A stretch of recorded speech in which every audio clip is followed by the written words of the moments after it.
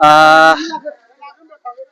दिनैनि बे इउपिपिएल जिल्लानि जेनाखि शुभ दिन बे दिनाव बयनिसिमबो खुलुमनाय सिबिनाय आं जासिबाय। लोगोसे इउपिपिएल जिल्लाखौ जेनाखि महान उद्देश्य बेजों जे उद्देश्यजों बे व्यक्ति मानगोनां जोंनि आंगोनि दैदेनगिरि मानगोनां इउजि ब्रह्म सारनो आंनि खुलुमनाय आरो सिबिनाय आङो जासिनांगोन। खारन बे सारनि जेनिखि प्रतिष्ठाजों इउपिपिएल जिल्लायाव थानानै दिनै जेरैबायदि खामानि मावनो रायजोनि मोजां खामानि मावनो जेनिखि सुजुग बा बे बिटिआर ओनसोलाव जेब्लायबो रायजोफोरनि मोजां मोनसे खामानि मावनो इउपिपिएलनि दारै मोनसे सुजुग दिनै होबाय। बेनिखायनो आङो मानगोनां इउजि ब्रह्म सारनिसिमबो आंनि खुलुमनाय आं सिबिनायखौ आङो जासिबाय। जे दिनै जोंहा 17थि गायसनथि सान फाउन्डेसन डे दिनैनि दिनाव इउपिपिएल जिल्लाया जोनोम मोनदों आरो जोनोम मोननायनि उननिफ्राय दिनै इउपिपिएल जिल्लाया जेरैबायदि रायजोखौ लानानै रायजोनि अननाय आशीर्बाद बेजों जेरैबायदि खामानि दिनै मावबोबाय दिनै रायजोनि अननाय आरो सिबिनायजोंनो बे इउपिपिएल जिल्लाया थांनाय 5 बोसोर सरकाराव थानानैबो मानगोनां प्रमद बर' सारनि दैदेननायाव सरकारबो सालायबाय आरो बै 5 बोसोराव मानगोनां प्रमद बर' सारनि दैदेननायाव सारा बे बिटिसि ओनसोलाव जेरैबायदि गोजोन खौसेथि दिनै जोङो मोननो हादोंमोन। नाथाय खुब दुखुनांथाव बाथ्रा दिनैनि बे इउपिपिएलनि जेनिखि सुखुनि दिनाव बेखौनो फोरमायनांगोन। थांनाय खय मासनि सिगां बिपिएफनि सरकारा फैफिननायनि उनाव जि महात उद्देश्यजों मानगोनां इउजि सार प्रमद बर' सारमोनहा इउपिपिएलखौ गायसनदोंमोन। बिनि गेजेरजों जेरैबायदि रायजोफोरनो मोनसे गोजोन खौसेथि थासारि होदोंमोन। नाथाय दिनै फैयै फैयै मानगोनां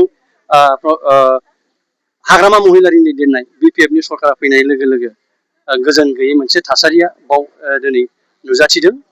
बेनिखायनो दिनै इउपिपिएलनि जेनिखि सुखुनि रंजानायनि दिनब्लाबो दिनैनि दिनाव आङो बेखिनिखौनो बुंदेरबाय। आरो दिनै नैबे जोंहा गायसनथाइ सायाव जेरैबायदि गाजा गोमजा बेवहाय फैनानै बाहागो लाबाय बेनि थाखाय आङो मान होनो गोनां साफ्रोमबो जोंनि बे ओनसोलनि रायजो राजा बिथांमोननो रोजा रोजा चिरां दुवार ब्लक इउपिपिएलनि जानानै आङो साबायखरखौ जासिबाय।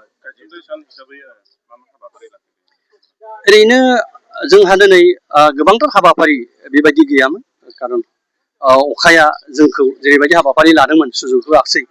फुंनिखिनियाव जों जोंनि दोलोनि फिरफिला बिर होबाय मुंख्लंफोरनो जोङो मान बावबाय। बेजों दिनै जोंनि जेनिखि प्रतिष्ठा फाउन्डेसन डे जोङो केक हानानै जोंनि दोलोनि बेखौ जोङो रंजानायखौ जों बेजों फोरमायबाय।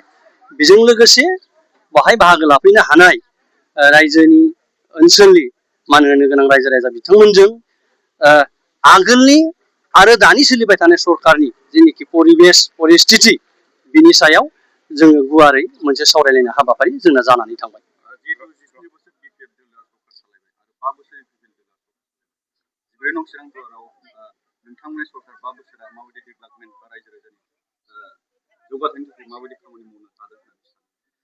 आंथ' बेखौनो बुंनांगोन जे दिनै मानगोनां प्रमद बर' सारनि दैदेननायाव जे कर'नानि उनाव जेनिखि 3 बोसोरसो सम मोनदोंमोन बेखिनि समाव जेरैबायदि बे चिरां दुवार ओनसोलाव जेरैबायदि जौगाथायनि खामानि मावदों बेखौ थांनाय 17 बोसोरनि सिगां जाय सासनगिरि बिथांमोना सालायलांदोंमोन बैजों रुजुनो थाङोब्ला बुहुत खम होननानै बुंनांगोन।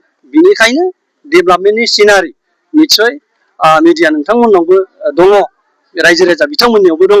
बेनिखायनो आं सानो थांनाय 17 बोसोरनि बिपिएफनि सासन कालाव जेनिखि डेभेलपमेन्ट आरो मानगोनां प्रमद बर' सारनि नैबे 5 बोसोर अर्थात कर'नानि उनाव 3 बोसोरनि समाव मावनाय बे चिरां दुवाराव जोंनि डेभेलपमेन्ट बियो रुजुथावै मोनसे डेभेलपमेन्ट जादों होननानै आङो बुंनांगोन।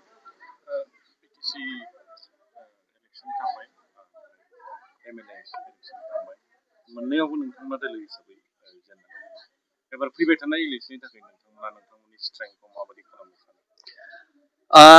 जोंथ' दाबो बुहुद स्ट्रेंआवनो दङ इउपिपिएल दोलोआ बुहुद स्ट्रेंआवनो दं दिनै नोंथांमोना जेरैबायदि नैबे जोंनि फाउन्डेसन डे सेलेब्रेसनाव जायनिखि रायजो राजा दैदेनगिरि बिथांमोना बाहागो लाफैबाय बेनो मोनसे प्रमान आरो जोंहा जेब्लायबो स्ट्रें आरो जों जेब्लायबो रेडि नाथाय खोथाया बेसो जे थांनाय नंगौ नोंथाङा बुंनाय बायदि मोननै इलेक्सन जों जेननानै थांबाय दा बावहाय माखासे बिपिएफ दोलोनि जिनिखि मोनसे भुवा प्रसार बिथांमोननि जिनिखि भुवा प्रल'भन बै भुवा प्रल'भन भुवा प्रसाराव जोंनि मानगोनां रायजो राजा बिथांमोनहा माने प्रचलित जादोंमोन भुल पसति दा बिथांमोना जाबाय बिथांमोनहाबो दिनै पस्थायबाय मानोना बे बिपिएफ सरकारा फैनायनि उनाव जेरैबायदि थाज जुवा मेला गन्दगल बा दिनै नोंथांमोना नुदों जे दाख्लै बिजिनियाव सासे बुथार जाबाय रायमानायाव सासे सुबुंखौ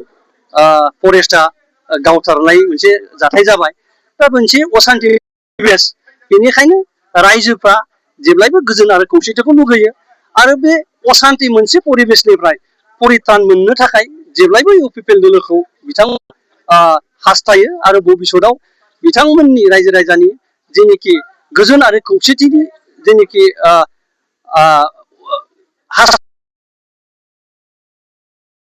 जोंनि इउपिपिएल दोलोआ 100% सरकाराव फैफिनगोन होननानै आं आसा खालामो आरो बेनि थाखाय जों जेब्लायबो प्रस्तुति जानानै दं आरो खामानि मावगासिनो दङ।